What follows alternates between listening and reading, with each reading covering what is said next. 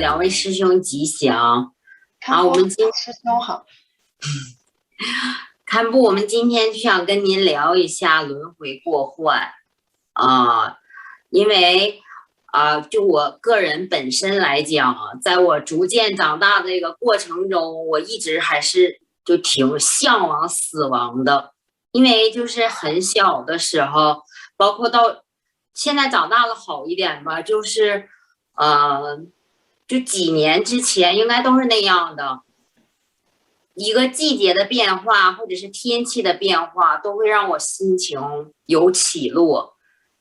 然后你就不用提那种什么一个人来到我生命里，然后他再离开我生命里这种事情了，那就是足以可以让我崩溃的了。然后在跟您学习普贤上师言教的时候，学到轮回过患这个章节的时候，我就知道原来我承受不住的这种苦是叫做变苦。然后呢，还有那个八支分苦里的求不得苦，我也是深有感受。因为就是一个就是自身这种性格的原因吧，就很执着，所以就会非常沉浸在那个求不得苦当中。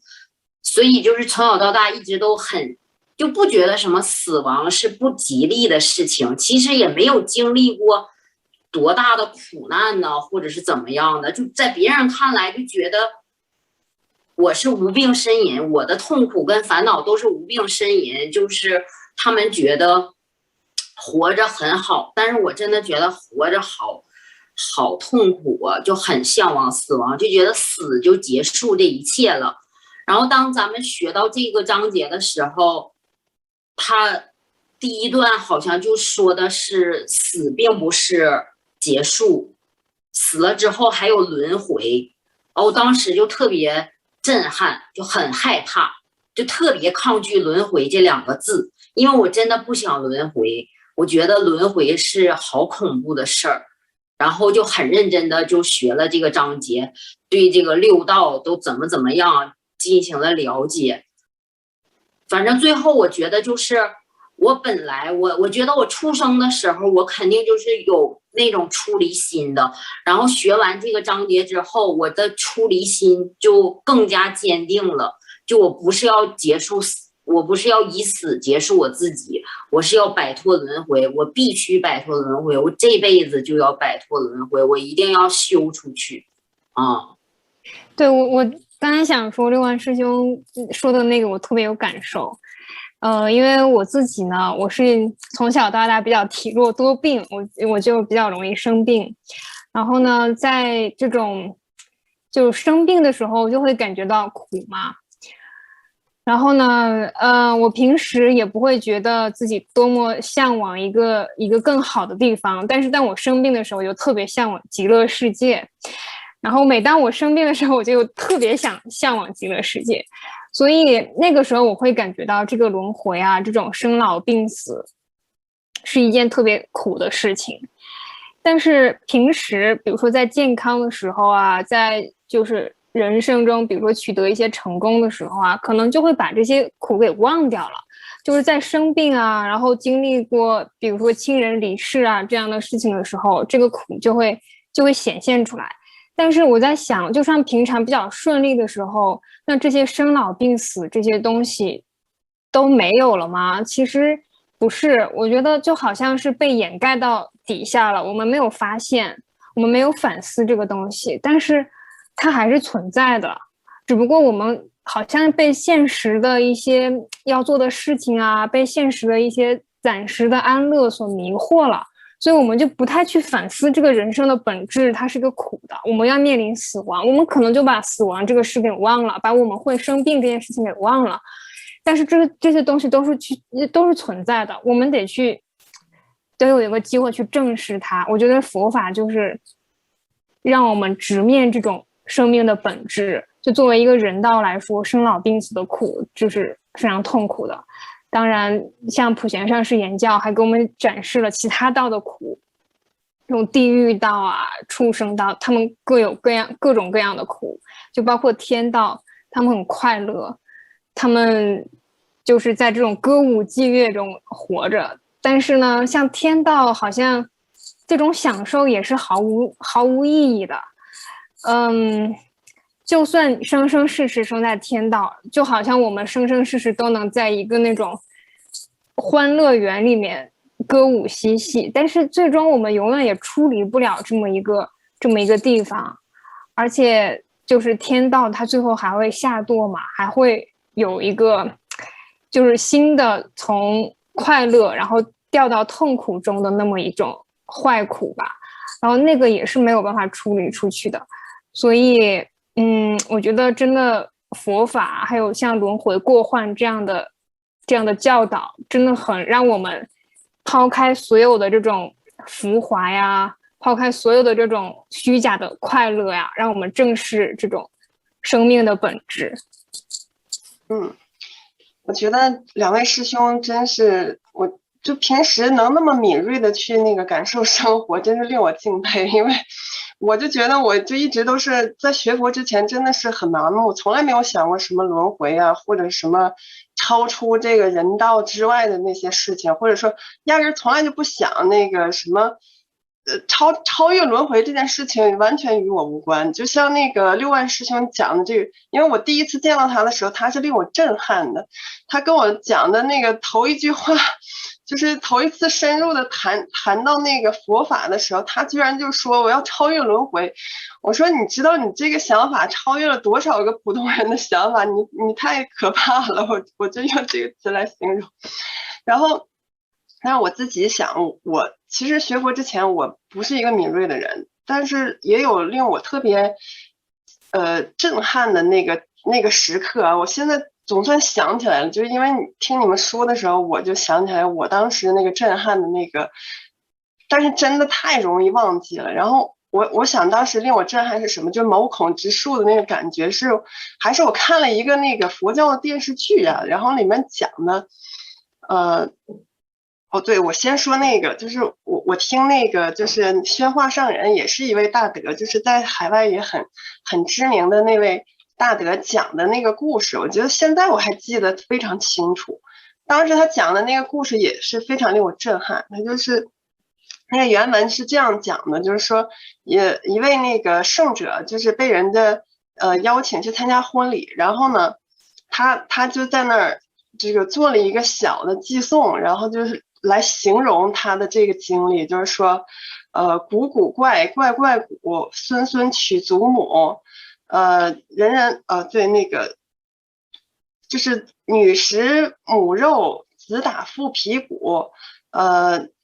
猪羊炕上坐，六亲锅里煮，人人来道贺，我看这是苦。然后其实那个这个寄送讲的是什么故事呢？就是他那个经历，就是说他去参加那个婚礼，然后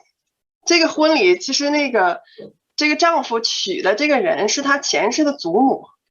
前世的祖母是因为他太惦记他的小孙子了，然后结果在投生来的时候就回过头来变成了他的媳妇儿。然后呢他进了那个宅院之后呢，就看到那个一个小女孩在吃着那个鸡爪子，然后他仔细用神通一观察，就是这个鸡其实是前世他的母亲。然后再往前走，我看见一个那个男孩子在打那个鼓，然后那个鼓那个皮是用动物皮做的，然后这个动物可能是牛皮吧，然后其实就是他前世的父亲变的。然后他再往里边走的时候，看见哎呀，这一片喜气洋洋的样子，然后那个屋子里面那个炕上坐的全都是亲属，然后家里人都很开心的样子。然后其实呢，这些人全是他们家前世的那些鸡鸭鹅狗变的，因为他们生生世世相互欠嘛，然后就回了偿还，就这样的。然后再看锅里面煮的这些食物，全都是那个以前的亲属再投胎回来，然后呢变成这个鸡鸭鹅狗，他们在相互这个，哎，其实那个我听到最后的时候，我都已经觉得很毛骨悚然。然后我就想那个，其实这个故事看播，我就想问问，其实跟那个咱们讲那个嘎达雅那尊者看到的那一家人的那个故事特别像，我觉得。然后是不是那个就是其实古今中外就很多这样的案例在讲这个人我这个还没有到天道或者其他道呢，就光是一个人道，然后等你看清楚那个真相的时候，就会让人觉得这个事件有一点有一点可怕。实际上，我就说这个轮回的过患，是不是就是其实古今中外都一样啊？就好多好多这样的案例和那个现实都在说这个事情。还有，我想问问堪布，就是说，有没有让您那个就是很震撼、很记忆深刻的这种关于轮回的这样的一个事情啊？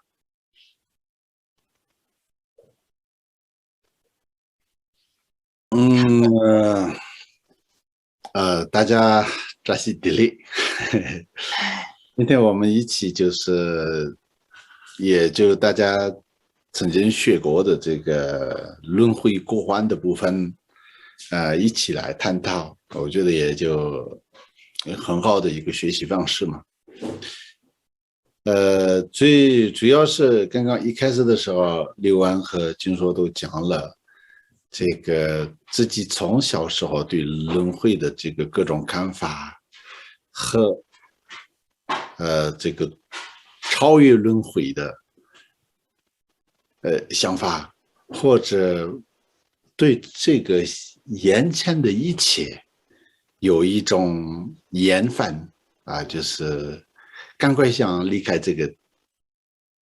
一切。那刚刚这部分呢，六安讲的一个，我觉得是讲到一个重点。他后来觉得他自己的这种想法应该是一种处理性，但是呢，一开始他讲的时候，就是有点像现在很多人很想自杀，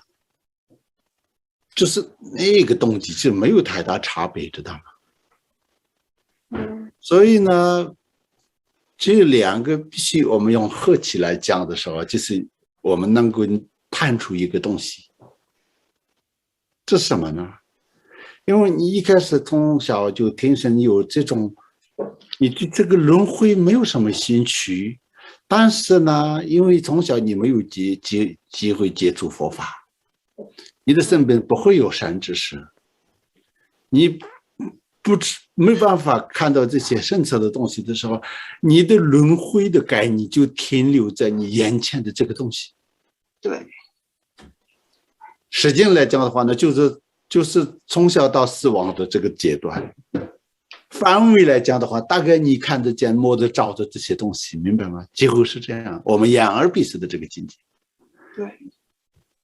所以他并不是真的要只是讨厌现实的这个东西而已，明白吗？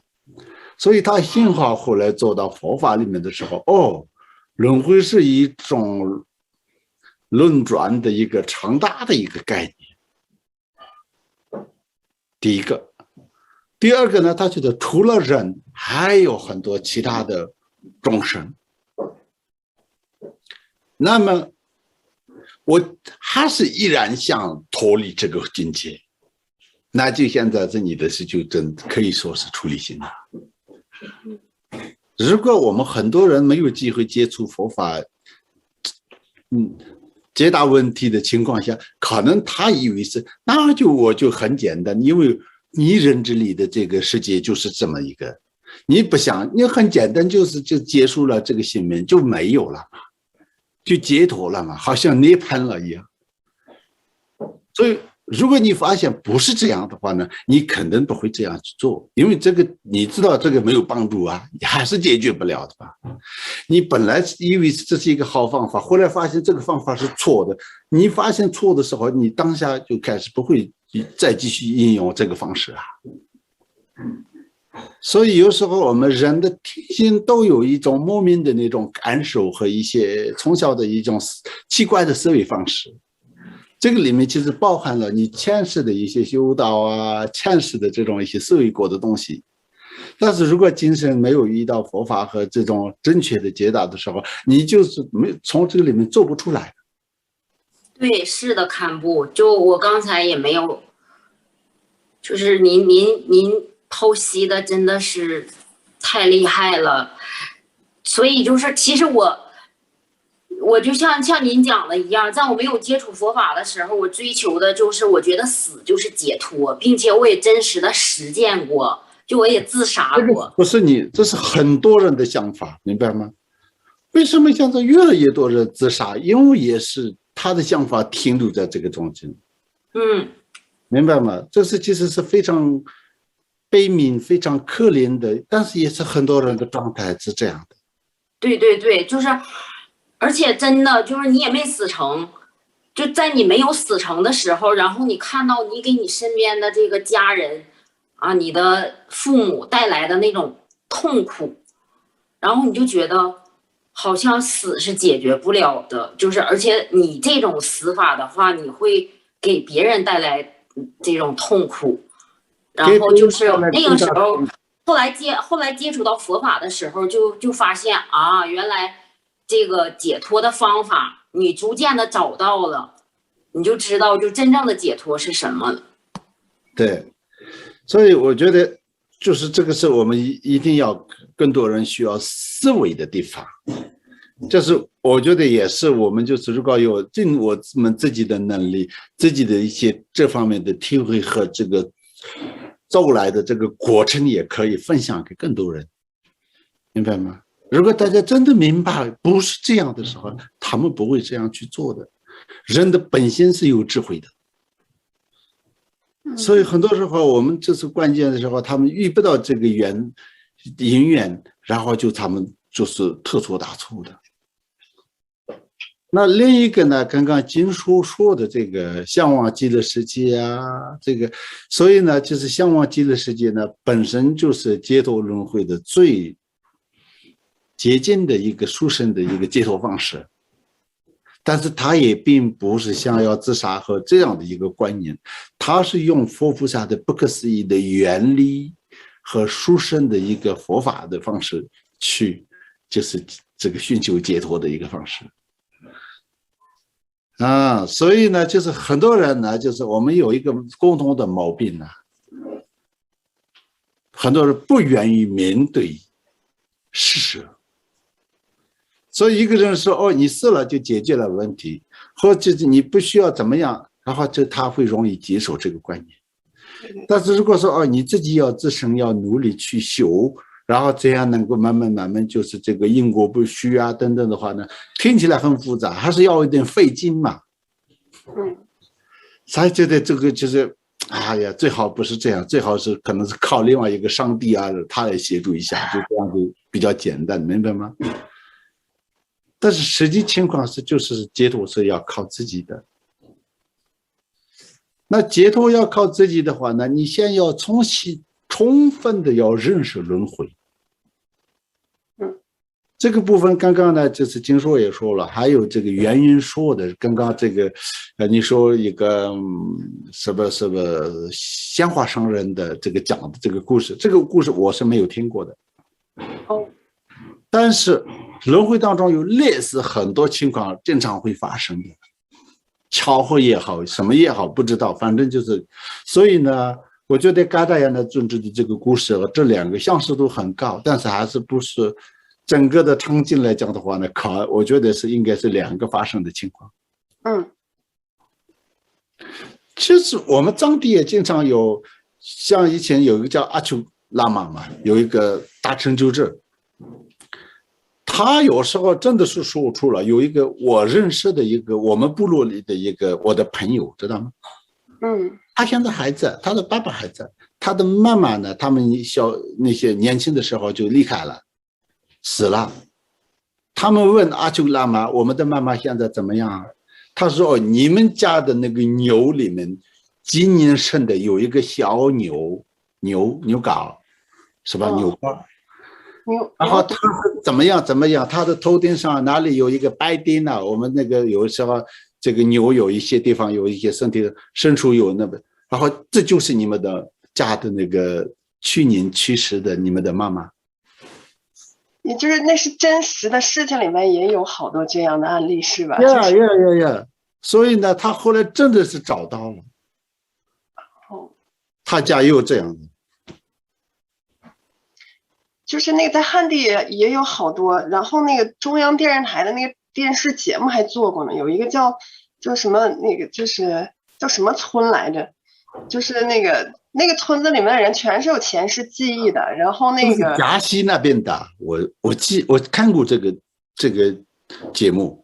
我一下子忘了那叫什么村了，反正就那个村子里面的人，那些小孩全都能回忆起前世，就是他是哪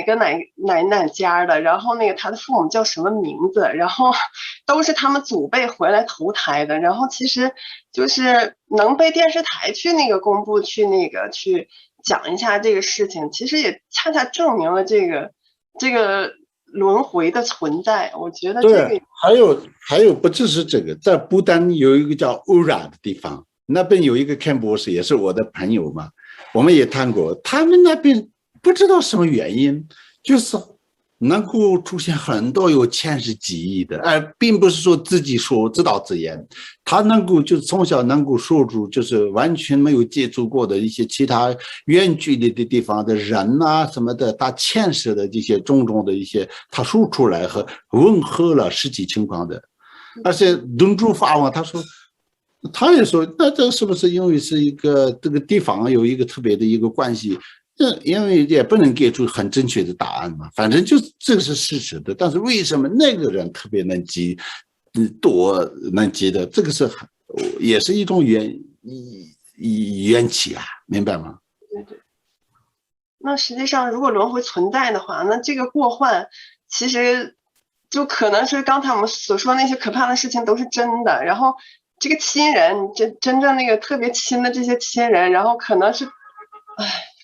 仇人。是的，所以嘎达阳的尊者的当时也说了嘛，就是你在吃的是父亲的肉，然后打的是这个那个用那个棍子打的那个狗是吧？啊，是他的妈妈前世的妈妈，然后呢就是怀在这个抱在里面的就是自己前世的这个仇人，然后呢就是他生下的这个吃鱼的那个骨头丢到地上的，在这个被那个狗吃，那个是他吃的是父亲嘛，那所以就是这个母亲吃啃这个父亲的骨头，对，他觉得轮回是非常可笑，就是说完全是一场这种一个无实意的一种戏论，一个游戏，一个幻觉。这个刚开始听的时候，就觉得其实真是颠覆性的一个认识，就是会有一点不习惯、不适应，然后等到习惯了的时候，反而就是释然了。我觉得这是学习轮回过患，还有我们那个学习佛法的一个特别好的地方，就是那个也说不清为什么，就只要是那个开始在认知里面觉得那个事情应该是这样的，然后他却没有那样，然后你就会觉得人生是很苦的。但是有一天，如果说我们换一个角度，去站在更高的视角再去看这个事情的时候，好像就容易看开了，是不是这样啊？看是这样没有错，尤其是呢，我们要知道，就是轮回的过患嘛。那我们要脱离轮回的话呢，对轮回要感到脱离轮回的这个想法和你就是修着轮回的过患是离不开的。所以呢，就是轮回的过患的部分就是有3种嘛，苦、辛苦、病苦的这个苦。然后呢，就是我们以为是就是可能是就是他过得很好，实际上背后或者隐藏着很多我们就是看不到的痛苦。所以曾经我也记得你讲过这个你和父亲的一个关于这个是不是痛苦的一个故事嘛？你也可不可以分享一下这个？我就平时就比较强势的那个想灌输嘛，然后就逮着机会就想跟那个尤其是我爸爸，我觉得他是特别那个。他们是那个，就是这个我现在知道的，现在那个还在世的这些人里面经历过的事情特别多的一群人嘛。然后等他那个一谈到过去，就比较比较那个就是艰苦岁月的时候，然后我就不停的就想说这个其实人生是很苦的，然后实际上就是想让我爸爸知道那个就是可以那引出后面出离的那个想法嘛。但是我爸完全就是把我怼的就是那个一点那个还手的余地都没有。我就说开始我说这人生是很苦的，然后我爸就说这有什么苦啊，那个不就是那个大不了就是脑袋掉了碗大个疤，18年后又是一条好汉。然后他也不害怕，然后你说这个苦他也不觉得苦，他觉得还挺乐的。然后接下来就是我就说那实际上这个人生是很难得的，因为我爸说这死没啥可怕的嘛。然后我就继续说，然后这个人生有多难得，然后我就引用了好多的那个比喻。然后我爸又说有什么难得呀？你去看看那些在那晒太阳，草地上晒太阳那些动物不是挺好的吗？然后就是以前我就没词儿了，然后我后来我就学会了一些，我又来卖弄，我就说那动物是好啊，你成天给你带上个嚼子，然后配上鞍子，然后在你的鼻子上穿个孔，给你拴上大麻绳，成天牵着鼻子走，那是挺好的。然后后来我爸说那不做那种啊，你就做那些自由的动物啊。然后我说是自由，你在草地上，然后你还得时时刻刻警惕周围是不是有天敌出现了要来吃你，然后连睡个安稳觉都没有。然后我爸继续说，就是说那就狮子老虎，这世界上我称王称霸，你们都也不用担心天敌。我说那你看动物世界里面有多少狮子就是因为一季就饿死了，然后他即使是森林之王，他也是饱受这种痛苦，根本就别说居住的环境了，就连一个好觉都睡不了。然后母狮子为了抚养小孩子，就是经常都出现饿死的状况。我说是好啊，然后后来我爸就不怎么说了。但实际上我还发现，就是如果我不学习的话，我根本就说不出后面这些话。我也会认为就是躺在那块就是晒太阳的动物有多好，鱼缸里的鱼有多好。但是现在一想真是非常的傻，就是动物他们遭受的痛苦远比人类还痛苦呢，人已经这么痛苦了，就别说三恶道了。所以这真是得学习才能知道这个轮回真的是很糟糕。就这么想的。那咱们有其他经书要什么讲的补充的吗？是啊，我就觉得确实六道轮回它很多苦我们是不是直接感受到的，就好像轮回过患我们说的苦嘛，是有苦苦、坏苦和行苦。就是有的时候我们说的这个苦不是说我就一定我就身上很疼痛啊，或者是有人就殴打我呀，这种苦就是它还有那种坏苦和行苦嘛。就坏苦就是这种本来很快乐，但是这种快乐它不是一个长久的，就哪怕是天人肯定比那些晒太阳的动物要快乐吧，他们的快乐的程度是很高的。但是他们就是如果他们一直在那里耽于享受，不去想办法处理的话，那种快乐它会结束的。就是他从这个角度看，他们也是一种苦，只不过他们现在还没有显现出来。当然就别说那些躺着睡觉的动物了，他们的那种愚痴其实也是就有点像行苦吧，我不知道这么说对不对。就是即使他什么都没有做，然后呢现在也没有那种剧烈的痛苦，但是他没有学习佛法，没有想要出离，他就是在那里相当于浪费时间，就是那个也是一种愚痴，那种也是一种行苦。就是他到后来因缘成熟的时候，他还是会感受到那种苦啊、坏苦啊，这种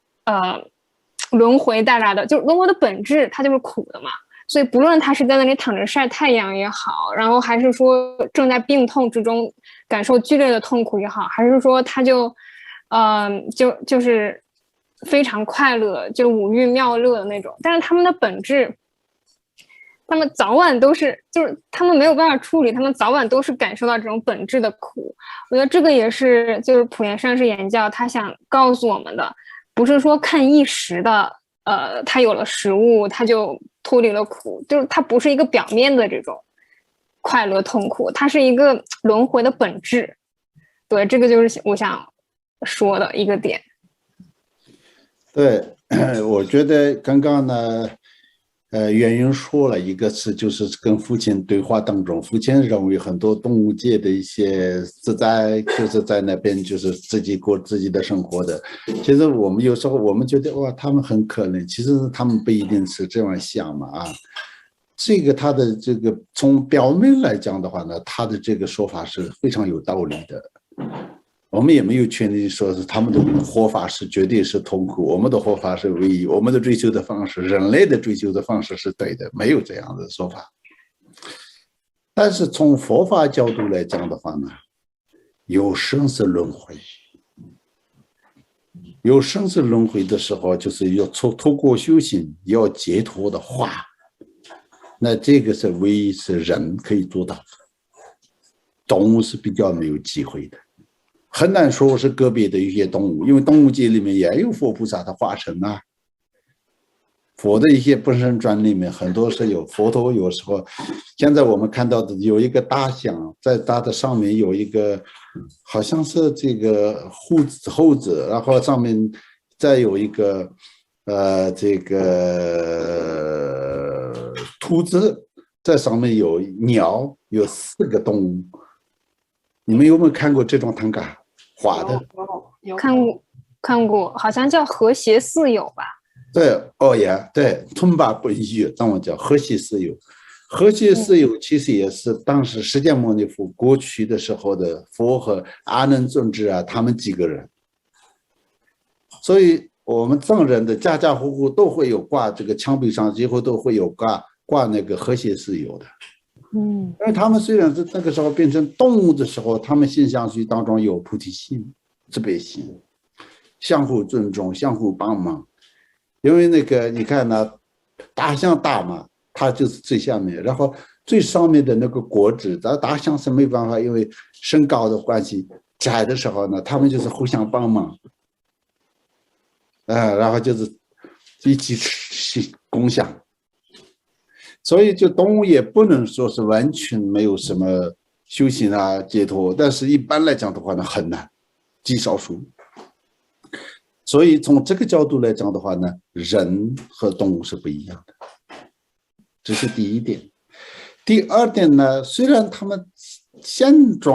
在的状况就没有太多的这个痛苦，但是实际上他们离不开痛苦，每个都有自己的这个，我们一般的现在这个经常看那种地理频道啊，那个里面经常也看到啊，他们有一个绝对的一个4对头的那种地人嘛，每个都有一个地人动物。比如说大象看起来很大，有一个说法啊，最后是被那个老鼠好像是害死它，能害死它。因为什么呢？老鼠那个大象的那个蹄下面是有洞空的，老鼠如果钻进去，那就是变成在体内，那就是对它造成很大痛苦和最后死亡。所以就是每个表面上看起来很凶猛或者很怎么样，就像狮子是我们一般的，从小我们这个讲故事的狮子是所有这些万物界那些动物界的国王皇帝一样。实际上呢，他自己的也就是经常是遭受饥饿的痛苦，那最后也是饿死的吧，有可能是一大程度上是这样，或者烈死的嘛，还是。那就算人间的国王也是一样，我们觉得皇上很了不起，可是我们看过连续剧，看过古装剧，知道皇上是多么的多么的背后的这个宫廷里的大大小小内内外外的，他记在这个里面，实际上他是很痛苦的，绝对是很痛苦的。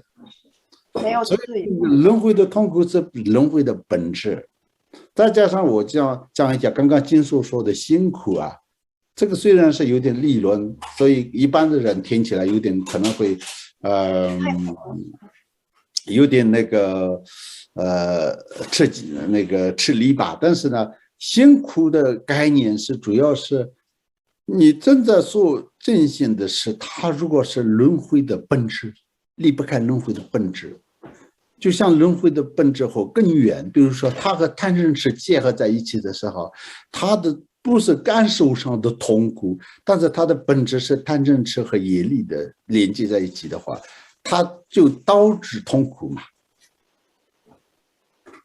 明白吗？是，所以它就是痛苦，或者它本质是就是贪嗔痴所造作的东西的话，那它不永恒。它持久就是它是一个会坏灭的呀本质，所以它的本质就是辛苦。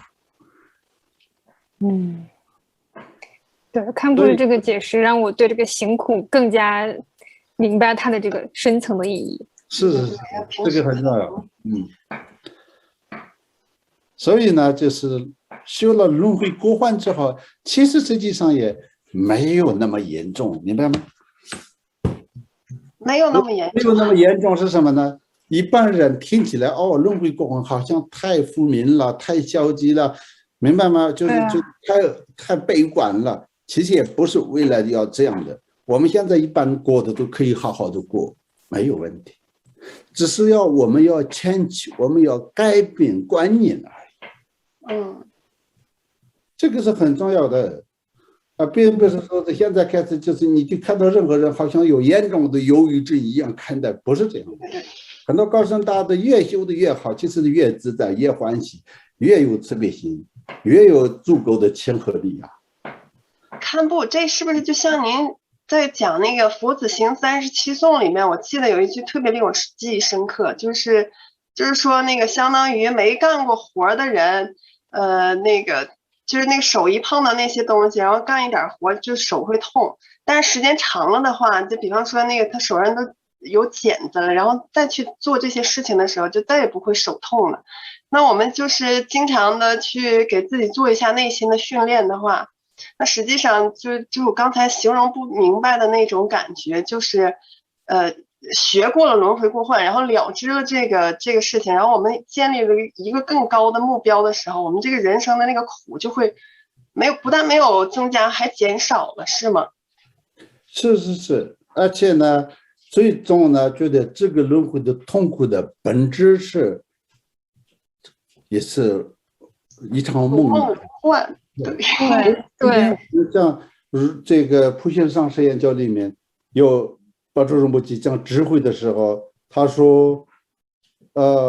五种外境的一切现象本来无有而于迷乱者面前的这个显现犹如梦境。所以他就是这样的时候呢，我们就是能够用更高的一个层次，很高的一个高度去看待这个轮回的。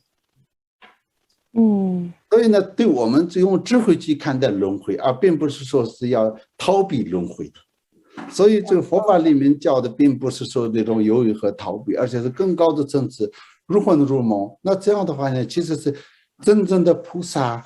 去这个世间来人间这个度化众生的时候，菩萨不会觉得很痛苦，因为为什么？他有这个境界。所以现在我们知道，我们还没有梦性的这个境界是确实是具有过患的一个轮回，但是这个轮回包括它的过患根本一切都是一场梦。如果当一天你自己内心觉悟了，地狱就是天堂了，明白吗？人间就是净土了，也就是说打开了你自己内心的这个佛堂啊。太好了！对，我也想就是分享一下这是正确的目标，不是空谈。对，我对堪布刚刚说那个特别有感触，就是我也是刚刚在修这个轮回过患的时候，会觉得就是非常悲伤，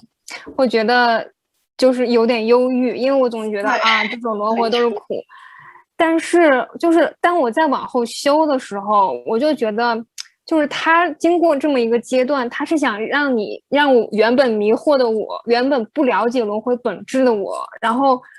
升起一个出离心，然后通过这些引导，然后让我觉得啊，它的本质是苦，我终于明白了。但是我并不是说我就停在这里，然后一直很悲观，一直在苦中，并不是这样的，而是说我还要就继续往前走，我就想要脱离这种苦，那我就得修行啊，那这就是我修行的一个动力。而且它还能就激发我的慈悲心，因为刚才圆云师兄说的，就这些很可怕，那这很多众生都在苦中，但是我们体会不到。那就是我们其实能够学了佛法之后，我们能够感受到众生在轮回中有多么的苦，那么就是我们也会对他们有慈悲。就是当我们再往后学，在超越这个阶段的时候，那我们就是不会沉浸在这其中，反而成为我们继续往前走，继续有慈悲心，然后继续努力精进的那么一个动力。对，你说的是非常好。因为现在有些连上师都觉得，OK，现在我们怎么办呢？就跟西方人呢，有些年轻人直接将轮回过换，他们会吓跑，这也是事实啊。所以呢，讲法要善巧方便嘛，也有技巧嘛，确实是有时候是要因人而异的去要做一些调整。但是我们如果避免讲这个轮回过换的话呢，我们的佛法教育是不完整的。但是这个不是这个轮回过换有什么错误的，而且听的人讲的人如果没有讲完整，没有听完整的话，本来任何学识任何东西都可能会有被扭曲或者这个了解不完整啊，效果也不好啊。所以呢，我们就像普贤上师言教里面讲的，有一个共通外不共内有一个层次的，刚刚说的一样的。其实是这样的话呢，我们轮回过换可以成为修行的动力，可以成为生活的动力。堪布，那可不可以总结为，其实这个了知真相，其实就本身就是解药呢？轮回过换其实会让人就是本来我们是病态的，然后但是如果说拿到了这个可以医治的药的话，我们就会好起来了。像那个六万师兄原来的那种总是不舒服，然后甚至是寻死的那种想法，是不是就可以治愈了呢？那当然了，你的心胸已经更宽阔了嘛，你的思维的角度就换了不一样。现在经常很多人想不开后，这个是就是因为他的想法有问题的。身体上呢，我们自己每个人都知道，再痛苦的环境下可以生存的，除非是真的没有车，不知道啊，其他的就一般来讲的话呢，可以活得下来。但是为什么看起来他的痛苦没有到这个地步的全部都限制上呢？为什么呢？因为他的内心的这个出问题了。对，其实人间就是道场，只不过我们没有学佛的时候，也你就不会用一些词吧。其实就中国有个古话还是哪儿的什么话，心随境转是凡夫，境随心转是圣贤。就如果像堪布给我们开示的，我们可以调化好自己的内心，那就不管是在人间还是在哪儿，都是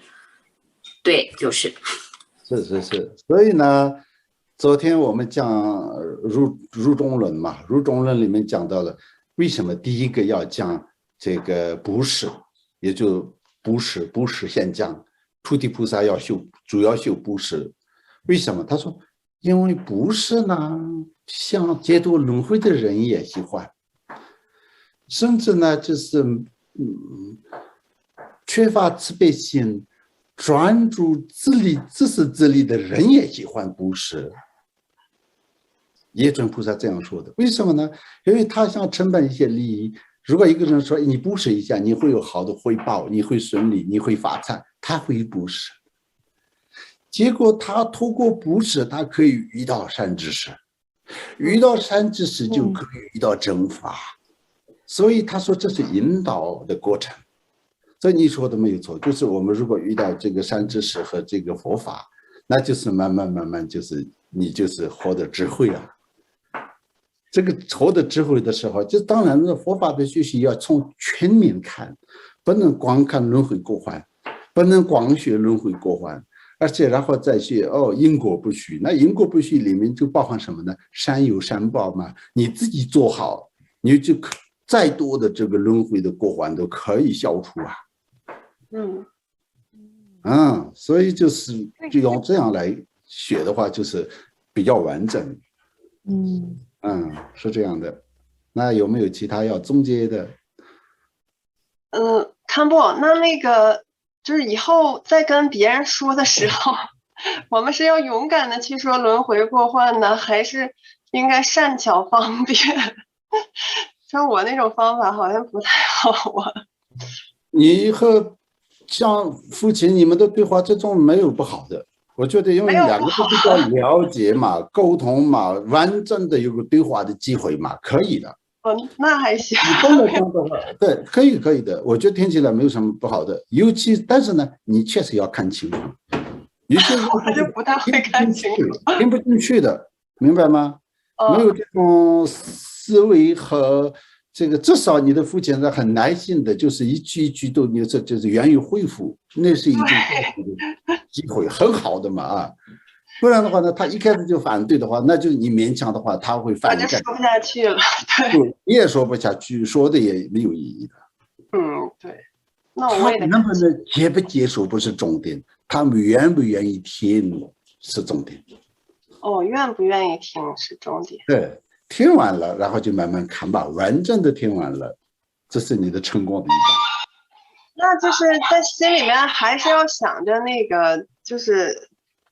能说的尽量说，但是还是得看情况。如果不行的话，就别说了。对，完全不想说也不行吧？对，要说，但是就是要对着一个环节和情况，而且这个言语用词这个角度，你自己先有一个内心的一个思维，明白吗？我从来不思维，就是尽量就是有一个思考和这样来就是讲的话，就是更讲的可能会更针对性的比较正确，效果也更好。效果更好，我明白了，坎普。感谢坎普。而且我也感觉，如果劝别人，如果就是一个人就正在烦恼之中，然后就束手无策的时候，给他讲一些佛法，他们可能更容易听进去，就是因为他们感觉到苦了嘛。然后这个时候就说你还有另一条路可以走，就是他们容易接受一点。这是我的一点。这个是好方法，但是这个时候特别注意，他本来是很苦，所以来道场，然后你再讲这个更苦的时候，他就对。在这个时候，那个时候要有一定要从护理的角度，明白吗？这个要看。他一个人傲慢，他好像快要迷失的时候，你讲这个国患，你讲无常。让他有这种一个实在的一个思维，就是要这个看情况的意思是看对方的情况嘛。他们的鼓励是不可能是你就讲东西过还给他们听的，那是就你说。他们那这个如果鼓励的说法应该怎么说呀？那个假如说用他就是很无助的时候，你说你就是祈请佛菩萨或者你一定会更好的，因为很多人本来不好的，后来变成好的，明白吗？一些功德就是我觉得你很好啊，你就是其实人的本性都本来就是这样嘛。鼓励也有很多鼓励方式啊。反正所有的事情都有好，都有好的一面和坏的一面。我们有时候传统的时候，父母教小孩都不太会鼓励嘛，直接用佛典来教，其实是鼓励是很好的教导方式。因为每个人都有这种，让我有一个先自我有一点点让他有一个信心的时候，慢慢他会对你有一点亲切感，对自己有一点点希望。那这个当中呢，你们的进行的讨论和这个交流可能会更成功。对。效果好，这样。明白了，堪布。好，那我们就今天的聊天到此圆满。谢谢堪布，就非常有收获这一天的讨论。然后呢，也向两位师兄学到了很多。然后我们就是也希望大家呢，就是收看的人也就关注我们的荣尊佛教频道的这个YouTube的节目。对啊，一定要关注啊！点赞、收藏、转发。对对，好的。好，阿弥陀佛，扎西地利。阿弥陀佛。Namo Garbe Namo Buddhaya Namo Dharmaya